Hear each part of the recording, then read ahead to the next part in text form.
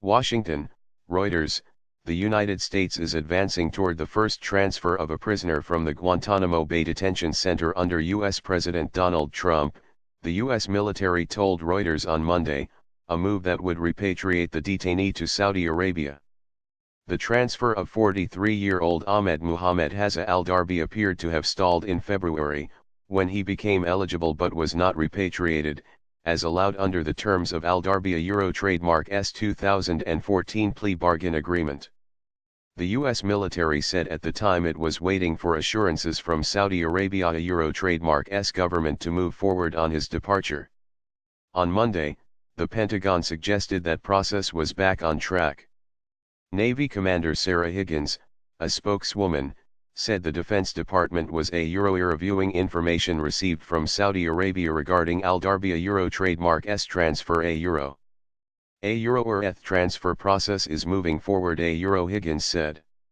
I have no further information on transfer timing She did not elaborate. Al-Darbi Euro trademark S transfer would decrease the prisoner population at the detention center in Cuba to 40 from 41, despite Trump Euro trademark S campaign pledge to ETO loaded up with some bad dudes The prison, which was opened by Republican President George W. Bush to hold terrorism suspects captured overseas after the September 11, 2001, attacks came to symbolize harsh detention practices that opened the United States to accusations of torture. U.S. officials have not ruled out again adding to the prisoner population and have acknowledged trouble repatriating Islamic State fighters being held by U.S.-backed forces in Syria, raising the possibility that Guantanamo Bay could be seen as a viable option in the future.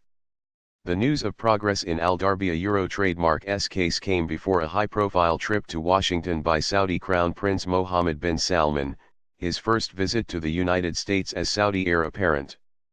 The Crown Prince is due to meet Trump at the White House on Tuesday, in a visit that is expected to see both countries publicly emphasize their strong security ties, even as those ties come under intensifying scrutiny in Congress.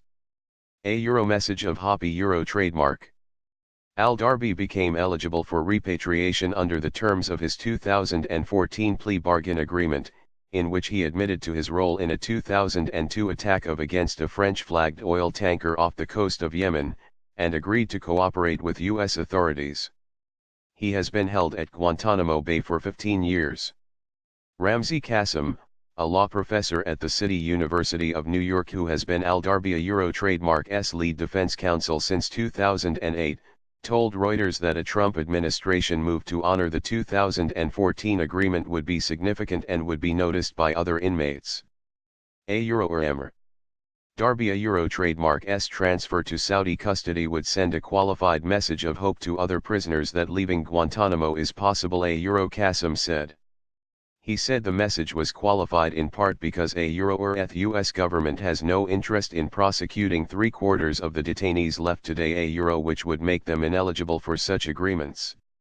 Critics of the U.S. military detention system say that militants can be best prosecuted in civilian courts and have seized on the high costs of housing inmates at Guantanamo Bay as one argument why indefinite detention is misguided. Trump Euro trademark S predecessor, Barack Obama, reduced the inmate population to 41 from 242, but fell short of fulfilling his promise to close the jail before leaving office last year. Trump signed an order in January to keep the Guantanamo Bay Detention Center open and hinted in his State of the Union address to Congress that Islamic State or Al-Qaeda fighters could be added to the prison population.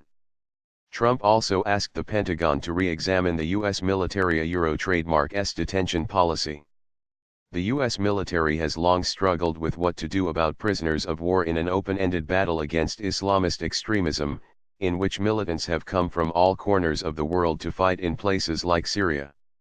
In February, U.S. officials expressed concerns about the lack of a clear path on how to deal with foreign fighters for Islamic State who were detained by the U.S.-backed Syrian Democratic Forces. U.S. officials say there are hundreds of foreign fighters and thousands of Syrian Islamic State militants in SDF hands.